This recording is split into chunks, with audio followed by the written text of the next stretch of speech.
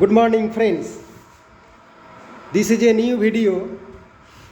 This gentleman, aged about 53 years, he has been suffering from dyspepsia,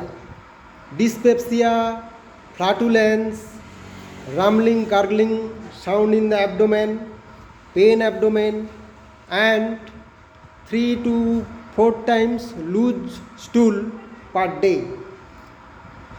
These complain suffering from 40 years, বিগত 40 বছর ধরে আপনি এই ধরনের সমস্যায় ভুগছেন, তাই তো?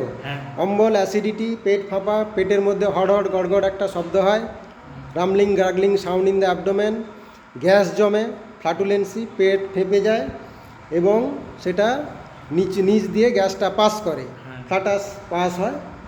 তো এই সমস্যার জন্য ইনি দীর্ঘ 40 বছর ধরে কষ্ট পাচ্ছেন এবং উনি হোমিওপ্যাথির ভক্ত, প্রায় হোমিওপ্যাথি চিকিৎসাই উনি করে থাকেন, অ্যালোপ্যাথি খুব একটা পছন্দ করেন না।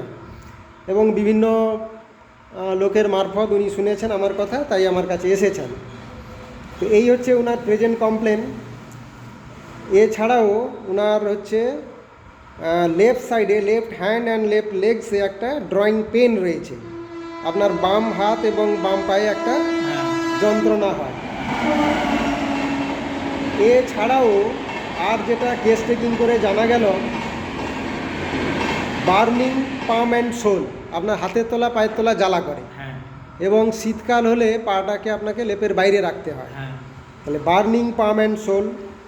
আর আপনার এই যে পেটের মধ্যে হড়হড় গড়গড় শব্দ, এটা কোন টাইমে বেশি হয়?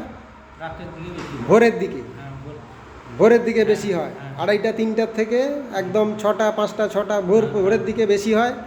এবং পায়খানার বেগ পেলেই আপনি আটকে রাখতে পারেন না, সকালবেলা খুব ভোরে ঘুম থেকে উঠেই আপনাকে পায়খানায় যেতে হয়। তাহলে stool urge can't control, early morning 3 to 4 times in a day, sometimes mucoid and pain abdomen, পেটটা মাঝে মাঝে ব্যথা করে এবং পায়খানাতে আম ভাব থাকে। এইটা হচ্ছে ওনার সমস্যা। প্রস্রাব পেলে প্রস্রাবের বেগ আটকে রাখতে পারেন না, সঙ্গে সঙ্গে যেতে হয়। ঘাম আছে শরীরে, ঘামে একটু গন্ধ হয়। খাবার দাবারের মধ্যে উনি মাছটা পছন্দ করেন, টক পছন্দ করেন, লবণ, কাঁচা লবণ পাতে লাগে। তিতো খাবার পছন্দ আছে, খাওয়া দাওয়া ঠান্ডা পছন্দ করেন। মিষ্টি খুব একটা পছন্দ নেই। আর দুধ সহ্য হয় না, দুধ খেলে আপনার গ্যাসের সমস্যা হয়। এবং যেহেতু ওই লুজ মিউকয়েড স্টুল আছে, তো সেক্ষেত্রে মিল্ক প্রোডাক্ট সহ্য হবে না, মিল্ক প্রোডাক্ট খেলেই কিন্তু পেটে সমস্যা হবে। ঘুমের ডিস্টার্ব নেই, ঘুম ভালো আছে, স্বপ্ন কিছু দেখেন না। মাইন্ডের মধ্যে ইরিটেবিলিটি আছে, যেটা কিনা কনসোলেশন অ্যাবিলোরেশন, স্ট্রাইকিং টেন্ডেন্সি। আর অপটিমিস্টিক আছে, উনি আশাবাদী, অত ভেঙে পড়েন না কোনো ব্যাপারে, মনে জোর থাকে, সাহস থাকে, উনি সহজে ভেঙে পড়েন না। তো এই সিমটমসগুলো রয়েছে।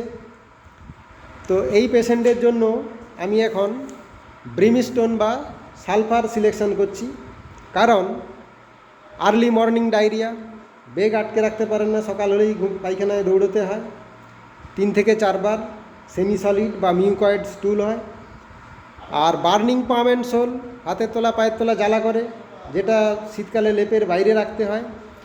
আর rumbling gargling sound in the abdomen and dyspepsia and flatulency, এটা আপনার বাড়ে হচ্ছে ভোরের দিকে এই সমস্যাগুলো বাড়ে।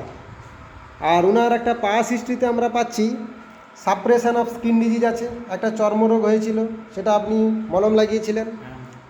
আর ওনার রিনাল স্টোন ছিল, তো কোন সাইডে সেটা উনি বলতে পারছেন না, ওটা ওষুধের দ্বারা ভালো হয়ে গেছে।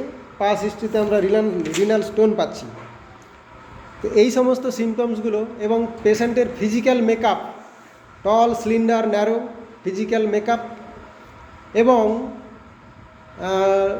পেশেন্টকে এক ঝলক দেখলে যেটা মনে হয় টু সাম এক্সটেন্ট রিলিজিয়াস, অর্থাৎ আপনি একটু ধর্মকর্ম, ঠাকুর দেবতা এগুলো একটু মেনে চলেন, বেশি বিশ্বাস করেন, মেনে চলেন, তাই তো?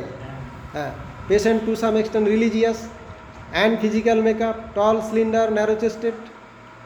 অ্যান্ড সালফারে আমরা পাই হট পেশেন্ট, কিন্তু উনি হট পেশেন্ট নয়, উনি বলছেন আমার শরীরে শীতটা বেশি, কিন্তু অ্যাভারশন টু বাথিং, মোটামুটি স্নান যেভাবে করা হয় উনি করেন, যে খুব একটা অনেকক্ষণ ধরে ঠান্ডা জলে আরাম করে বালতির পর বালতি জল ঢালবো, স্নান করবো, সেরকম নয়। মোটামুটি গেলেন, 2 বালতি জল, 1 ঘটি জল ঢাললেন, চলে আসলেন। অর্থাৎ আমরা এক্ষেত্রে বলতে পারি অ্যাভারশন টু বাথিং। উনি আপনার কে হন? কাকু হন। আচ্ছা, তো এই সমস্ত সিমটমস নিয়ে আমরা পেশেন্টকে এখন ব্রিমস্টোন বা সালফার 50 মিলিস্মেল স্কেল প্রেসক্রিপশান করছি। আশা করি ইমপ্রুভমেন্ট করবে এবং এই পেশেন্টের ফলো আপ কেস আমরা অবশ্যই দেখাবো। তো আপনার পারমিশন নিয়ে ভিডিওটা করলাম, আপনাকে ধন্যবাদ।